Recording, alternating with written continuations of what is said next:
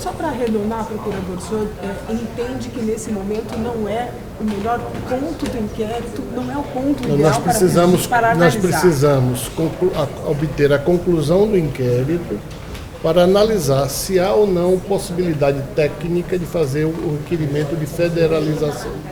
Lembrando que há precedentes em que houve requerimentos antecipados e que não houve êxito nestes requerimentos feitos ao STJ. Então, tecnicamente, aguardemos a conclusão do inquérito para a próxima terça-feira, como já foi anunciado lá, e aí nós temos condições de avaliar a federalização ou não. Uma coisa nos preocupa, é não criar óbices temporais ao processo. Se nós criarmos, digamos, incidentes processuais, nós podemos estar desservindo as investigações. E como não há nulidade em investigação, muitas vezes o que importa é que a investigação se realize a tempo e modo devidos. Por quê? Porque ainda que depois venha para a nossa mão, nós não perdemos os elementos materiais do crime. Então, nós não podemos fazer o que foi feito no passado. A emenda que permite a federalização é um texto relativamente aberto, mas que tem lá algumas especificações de quais casos o senhor pode requerer. O que o senhor entende que caberia, o que o senhor vai aguardar pela conclusão para fazer essa leitura? É preciso compreender, especialmente, a motivação, as circunstâncias, para ver se há se os fatos atraem a competência da Justiça Federal, ou se o crime fosse eleitoral, não há homicídio eleitoral, então nós excluímos imediatamente a possibilidade da Justiça Eleitoral. Então, ou o fato tem um interesse da Justiça Estadual ou tem um da Justiça Federal, porque se tratando de homicídio, certamente que não há homicídio eleitoral, do ponto de vista eminentemente técnico. Procurador, os parlamentares também trouxeram um pedido nessa mesma representação para federalizar o caso ali do ataque a tiros da caravana do ex-presidente Lula em 2018. Este fato em si, ele vai contribuir para uma avaliação conjuntural dos fatos ocorridos no estado do Paraná. Ou seja, poderá definir se houve ou não alguma ausência de efetiva investigação da Polícia Civil do Estado do Paraná, do Ministério Público do Paraná, do Poder Judiciário. Então, o conjunto desses fatos é que pode determinar algum fato novo que revele a necessidade da federalização, mas não necessariamente aquele fato antigo seja determinante de uma solução nova. O senhor me permite fazer uma leitura muito rasa da emenda, mas ela diz lá que, para ter a federalização, por exemplo, precisa ficar comprovado ou uma falha muito grave na condução do inquérito, ou, por exemplo, que fique demonstrado de fato uma ofensa aos direitos humanos, algo muito nesse sentido. Então, eu te pergunto... Um fato isolado não compromete o outro. É preciso que haja uma conjugação desses fatos para que nós tenhamos a atração da federalização. Pergunto ao senhor, se a Polícia Civil do Paraná concluir que a motivação do crime de fato foi política, o senhor entende que este é um pretexto que justifica federalizar a investigação? Depende da existência de vícios na investigação ou na própria atuação do Ministério Público e da Justiça. Nós não podemos antecipar, em tese, situações que não podem ser agora apreciadas.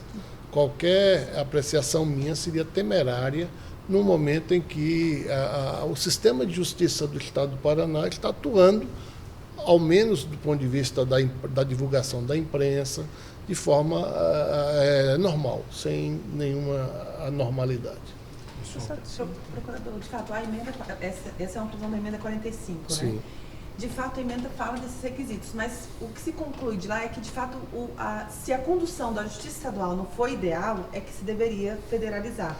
Esse seria o principal, de fato, olha, o principal requisito. Existem no direito dois institutos que são próximos, mas não são iguais. Um é o desaforamento. Quando um determinado crime de homicídio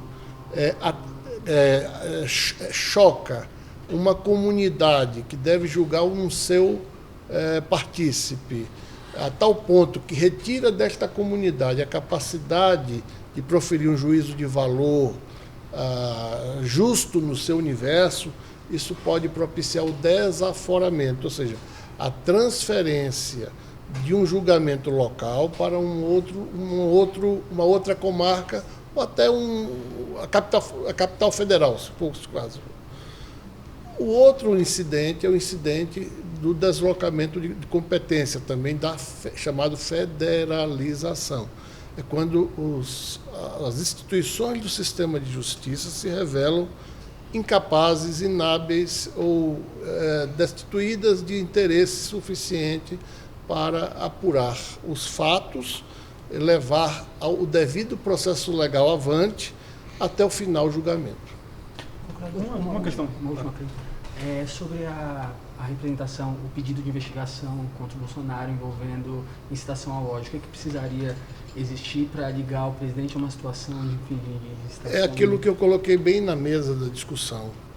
Situações particulares, concretas, são de mais fácil avaliação, porque nós identificamos a materialidade e a autoria. O grande problema que se põe é quando nós temos questões difusas, ou seja,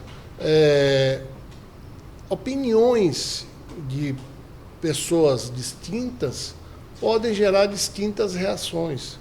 Então, o grande problema que o sistema de justiça tem, não só no caso da política, mas inclusive como aconteceu em São Paulo, lá numa praia, em que uma senhora foi linchada porque alguém disse que ela tinha participado de um ritual satânico. No fundo, essa é uma questão em que as mídias sociais têm que ter muito cuidado. Nós temos que aprender a conviver com as fake news, com as deepfakes, e especialmente com buscar responsabilizar de uma forma mais precisa as pessoas que têm causado, através de mídias sociais e outros meios, crimes de toda a natureza. Eu lembrei desse caso dessa senhora, porque no final apurou-se que essa senhora não tinha nada a ver com nada. Simplesmente ela é uma pobre mulher que estava caminhando ali na praia acidentalmente e foi apontada como responsável por um bárbaro crime, um crime hediondo, e foi linchada, e depois essa senhora inocentemente não participou de nenhum evento criminoso. Então, é preciso ter cuidado, cautela, porque quando nós agimos dentro da Constituição e das leis, nós fortalecemos o Estado democrático de direito. Democrático no que toca ao regime político. Estado de direito no que toca a uma resposta com base na lei para sustentar esse regime político. E nós não podemos perder a noção de que o Ministério Público tem limites e deve respeitar os limites, assim como a magistratura, a polícia, o executivo e o legislativo.